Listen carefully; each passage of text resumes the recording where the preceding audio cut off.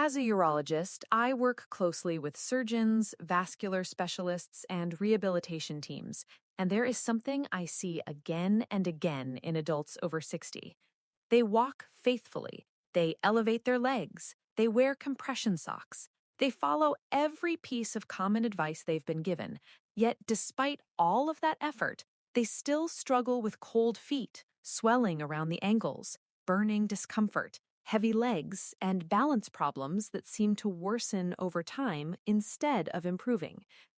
Here is the uncomfortable truth most people are never told. Poor leg circulation after 60 is not just about comfort. It is a medical issue that quietly increases fall risk, slows healing, and raises the likelihood of infections, chronic wounds, and long-term loss of independence. In severe cases, it can even contribute to amputations.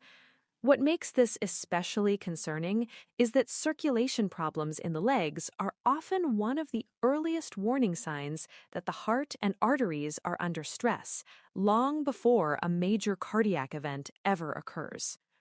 Most people misunderstand what bad circulation actually is. They think it simply means cold toes or tired legs at the end of the day. In reality, poor circulation means blood is not moving efficiently down to the feet, and, just as importantly, back up to the heart.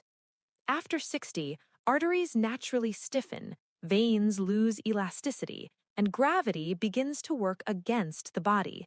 Blood starts pooling in the lower legs instead of returning upward as it should. By the time someone reaches their 70s, nearly 1 in 5 adults has measurable peripheral artery disease affecting the legs, and many have no idea it is already developing. Surgeons do not guess about this problem. We see exactly what happens when circulation is not restored early. We see swelling turn into fragile skin. We see fragile skin turn into sores. We see sores become infections. We see balance decline. And then one fall triggers a rapid physical downturn that is difficult to reverse. The good news is that restoring circulation does not depend on walking more steps. It depends on activating the right muscle systems in the right way. Circulation in the legs is not passive.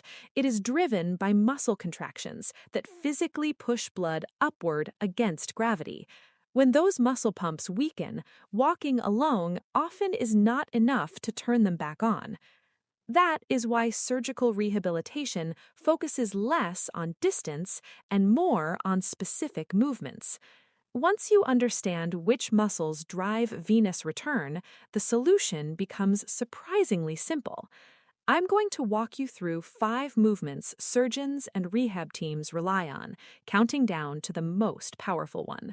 When you understand the science behind these movements, you will never look at exercise after 60 the same way again. We begin with movement number 5, because this is where circulation recovery truly starts. Movement number 5 is calf activation through ankle pumping. This movement looks almost too simple to matter, but medically, it is one of the first exercises prescribed after leg surgery to prevent circulation collapse.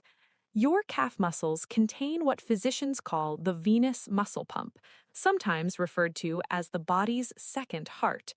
Every time these muscles contract, they squeeze deep veins in the lower legs and push blood back toward the heart. After 60, especially with prolonged sitting, this pump weakens rapidly.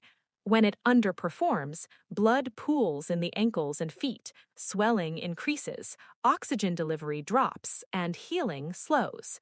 Clinical rehabilitation studies show that deliberate ankle pumping significantly improves venous return and reduces lower leg swelling even in older adults who cannot stand or walk comfortably.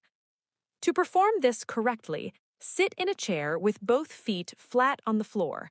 Lift your toes toward your shins while keeping your heels down.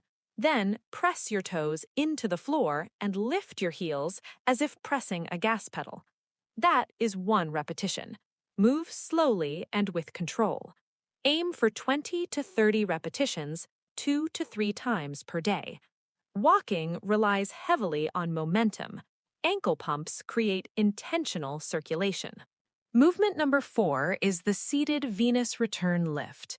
A recent rehabilitation study showed that adults over 60 who performed seated leg lifts improved walking speed and stair climbing ability dramatically in just weeks. Walking speed matters so much that doctors call it the sixth vital sign, because slower speed strongly predicts fall risk, loss of independence, and shorter lifespan. This exercise targets the quadriceps, hip flexors, and core muscles at the same time. These muscles are essential for standing, climbing stairs, and rising from a chair. Yet traditional walking barely challenges them enough to stop age-related decline. When these muscles contract, they compress the large veins in the thighs and help drive blood back up toward the heart. Sit tall in a sturdy chair with your back firmly against the seat. Slowly lift one leg straight out in front of you, keeping the knee as straight as comfortable. Hold briefly, then lower slowly without letting the foot drop. Do 10 to 15 repetitions on one leg, then switch sides. Posture is critical. As this becomes easier, add light resistance. Even small weights make a difference because muscles respond to progressive load at any age. Movement number 3 is the supported calf pump walk.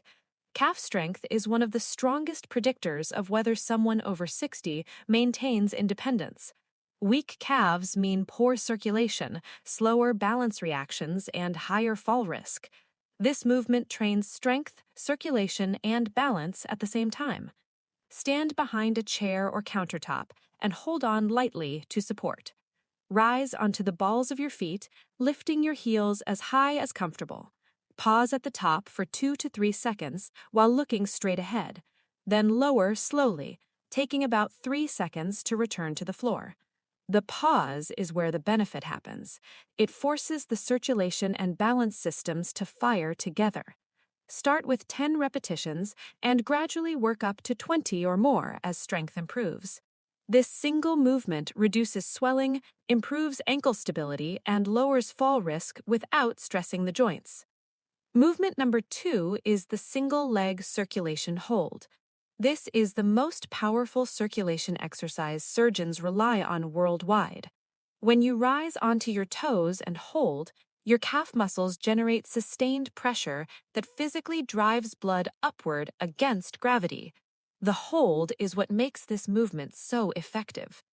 Stand behind a chair or countertop and hold on lightly for support. Shift your weight onto one leg and lift the other foot slightly off the floor. Stand tall, keep your eyes forward, and breathe normally. Hold for 20 to 30 seconds, then switch legs. Over time, reduce how much support you use. This improves circulation, balance, and nervous system reaction speed together. Movement number 1 is the standing calf pump hold. This is the most powerful circulation exercise surgeons rely on worldwide. When you rise onto your toes and hold, your calf muscles generate sustained pressure that physically drives blood upward against gravity. The hold is what makes this movement so effective. Stand behind a chair or countertop and hold on lightly for support. Shift your weight onto one leg and lift the other foot slightly off the floor. Stand tall, keep your eyes forward, and breathe normally. Hold for 20 to 30 seconds, then switch legs. Over time, reduce how much support you use. This improves circulation, balance, and nervous system reaction speed together. So there you have it, 5 surgeon-trusted movements that restore circulation, reduce swelling, and protect independence after 60. Walking is valuable, and you should keep doing it. But walking alone leaves critical gaps. These movements fill those gaps efficiently and safely. They take less than 15 minutes per day, require no gym, and can be done at home. Small, consistent actions compound into meaningful changes in circulation, balance, and confidence over time. Let me know in the comments which of these exercises surprised you most, or which one you are starting today. We read every comment and value your experience. If you found this guidance helpful and want honest, medically grounded advice on aging, mobility, and men's health, consider subscribing to the channel. This is Dr. Lina, and my goal is to help you stay strong, steady, and independent, because your best years can still be ahead of you.